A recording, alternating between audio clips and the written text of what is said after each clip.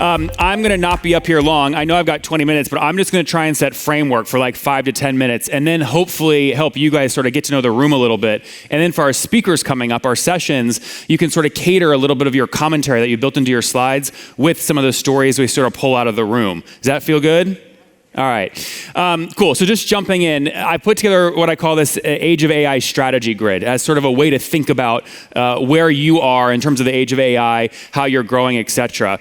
And I'm going to fast forward because I know most of you have seen this, but this is probably one of the questions most of you are asking yourselves, right? Should we bet everything and pivot to AI? Just out of curiosity, how many of you would say if I went to your website and I hovered over your product and your master nav, would I in the dropdown see something related to try our AI bot, try our AI chat, something like that? Raise your hand high, just out of curiosity. Who's experimenting?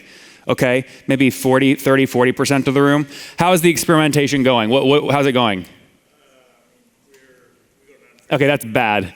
If it's not like we're crushing it, revenue's doubling, it's not working. 1.4 million of ARR. Billion. You? Oh. Said you need to be up here. That's Databricks. Yes, we had a great dinner last night. That was wonderful. Who else is testing some product-related AI product? Now no one's going to raise their hand because I'm going to call them. Okay, what's the product name? What are you testing? Very cool. So FP&A space, AI agent, digging into Bill.com, digging into Xero, digging into receivable collections, things like that. Yeah. How many of you are thinking about, or you know what an MCP server is? Raise your hand. This is a gauge. Okay, hands down. How many of you know what CLI is? Raise your hand. Okay, yeah, it goes slower and slower. How many of you know what a RAGDB is? Raise your hand. Okay, now we're even, those are the engineers in the room. All right, very cool. So yeah, should I bet on AI? So here's how I like to think about just when we're evaluating companies that submit for funding at Founderpath, how we think about, are they moving forward on AI? We plot them on this graph, right? So the left side over here is your legacy SaaS. The right side over here is your AI first. Quick way to think about this. How many of you guys launched your company more than 4 years ago? Raise your hand. Hi. Hi. Okay, that's most of the room. You're probably legacy SaaS. That doesn't mean you're unsexy. It just means you've been around a little longer. All right, how many of you have launched your like brand new company, like AI first, last 2 years, AI ground up, no tech debt? What's the name of your company? Artemis. And what does it do? It's an AI platform for recruitment. AI platform for recruitment. Very good. Okay, so AI first. So figure out if you're left or right. Then let's go up or down. Should I grow slower and enjoy profits or not? That's usually directly correlated to this part of the axes, right? If you've raised a lot of capital at the top, your investors are probably saying you grow. I don't care about anything else. Ignore profits. But if you're a legacy SaaS and you haven't, raised a crap ton of money, you can be capital efficient and just be printing revenue and you're wondering, is 10% year-over-year growth good or bad? Should I go target, do I need to target 100% year-over-year growth or 5% month-over-month growth, right? And these are the questions we're asking. So when you plot yourself on this grid, this also obviously impacts your valuation. How many of you guys have raised any amount of capital? Just raise your hands high.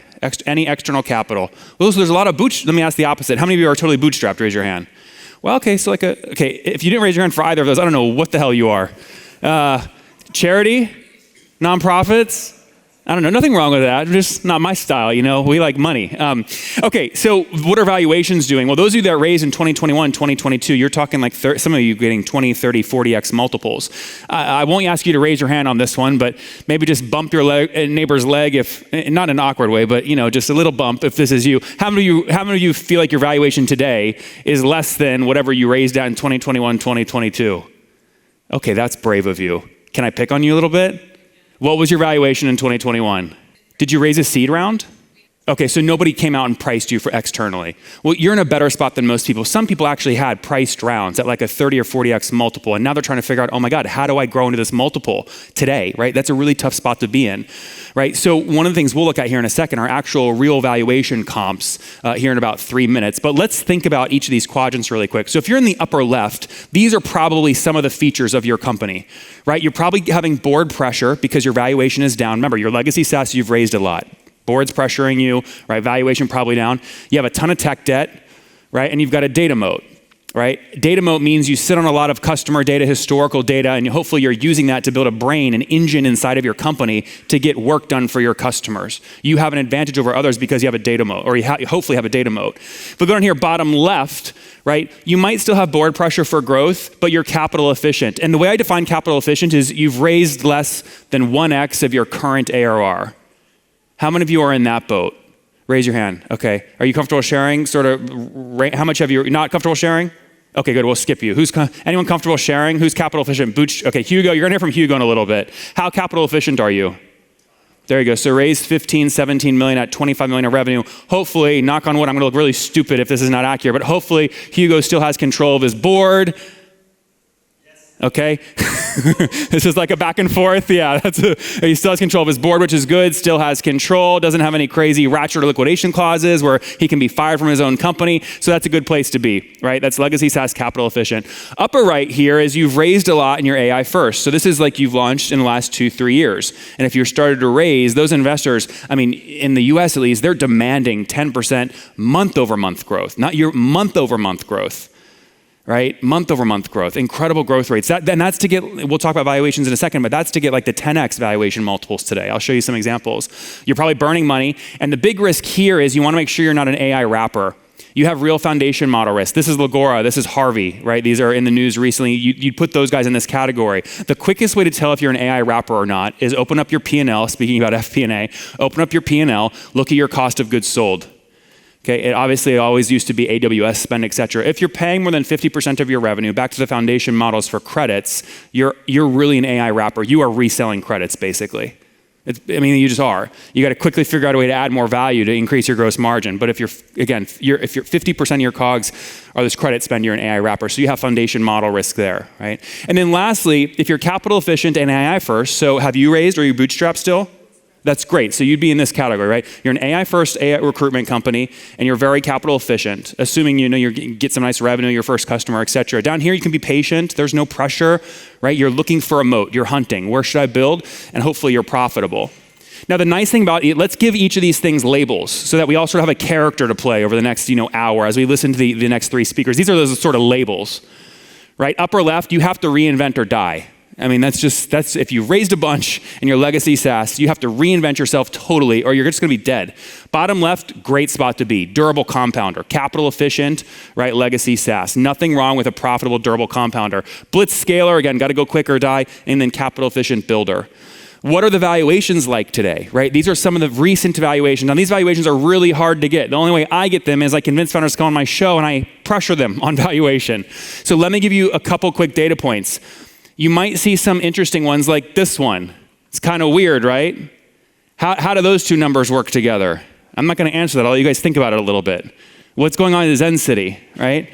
Let's go up and look at Titan X for a second, right? The red logo up there. So they hit $10 million of revenue, right? And they just raised a $27 million round, right? And they did it at a $100 million valuation. So what's the multiple on that?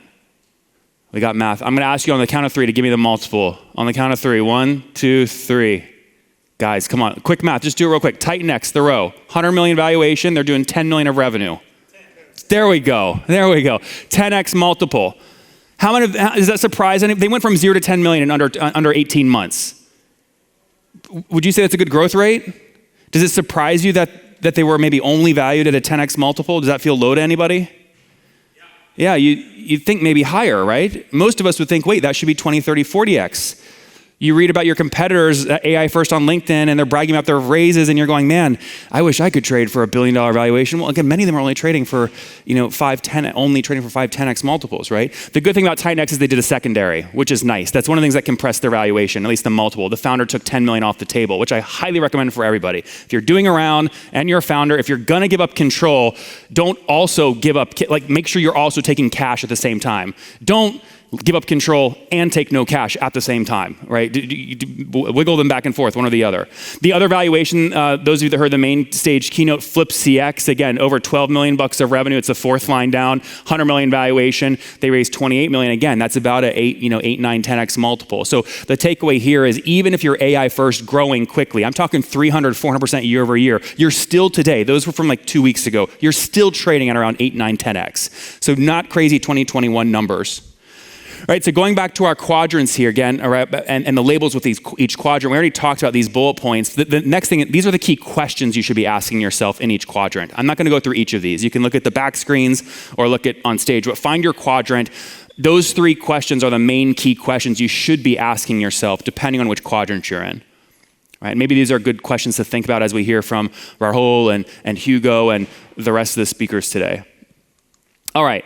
So wrapping up, a couple examples here. AI first, one mind would be AI first. Amanda's gone and just raised a 30 million Series A at 150 post. This is an example where she's an exited founder, 6th Sense founder. Took a sabbatical for 6 months, relaunched OneMind. If you look at the bottom right of people's websites and you see a human down there and you get on Zoom and it's a human AI, it's OneMind powering it. She's gone from 0 to 6 million quickly. And then over here, these are companies that are going through AI pivots. These are very capital efficient companies, right? We just talked about TitanX, and then these are less, raised lots. Zen City's got to reinvent or die, right? Because they're legacy. And again, all the data, just always want to put this out there. It's all public data. This is not data I'm pulling from Founderpath. I have permission to share it from the podcast. All right, so as we wrap up here, right, this is sort of everything I just talked about in one slide. This is sort of the one, if you want to screenshot something and send it to your team. In each table, you have the patterns on the left of each quadrant and the key questions for each quadrant, along with 1 or 2 examples in each, and the labels. Okay, so as we prepare for our first speaker, Rahul's got an incredible story at Poligo. We've got about 3-4 minutes left here. Does anyone feel like you don't belong in any of these quadrants? I could have missed someone or people. Anyone feel like you don't believe or don't land in any of these? No? You're skeptical. Yeah. Okay, and do you have some profitable? Yeah, for sure. Are you looking at M&A? Amazing. 29% cash EBITDA. Hello, round of applause for this. This is great. This is an ATM. Are you looking at buying up other companies right now? So you're a holding company buying. What's the name of the firm? Okay, Publix Group. Very cool. Anyone else? Yeah, go ahead. Orange shirt. What's your name? So the question is, how many companies fit in each part of the grid? I wish I knew that. I don't have that data, unfortunately. I have no idea. I mean, most publicly traded. Where would you put Databricks? You're going to hate this. I'd probably put you in reinvent or die. Should we create a little conflict? This is. Right? You guys feel like you have to sort of reinvent yourself, right? There you go. So touche. Okay. Net dollar retention of 100. He's saying for the back, net dollar retention of 140% and 60% year-over-year growth. Okay, that's pretty good. He's reinvented Series L, which was raised on what date? January this year was a 28x revenue multiple. Yeah. So you're already reinvented and not dying. Okay. So see, now the truth comes out. Get this guy a drink and we'll get the true story. Just shovel some alcohol up here. I think in this game, only the paranoid survive. Only the paranoid survive, yes, yeah. But back to your question, no, I really have no idea the quantity of companies in each quadrant. I tell you, the ones we're funding the most that get the cheapest money from Founderpath are these ones, the durable compounders, because what we do is, they're already great. They might only be rule of 10. Maybe they're flat growth, but they're profiting 10% profits. We love that. We'll back up the dump truck with $4 or $5 million and then help them go do a roll-up strategy. There's a lot of companies right now that you guys can go buy up, even ones that you don't think you could buy up because you think they've raised $20 million and they'll never sell for $1 million. You'd be shocked. Just open the conversation. So good question. And what was your name? Yeah, Jacob. Good question.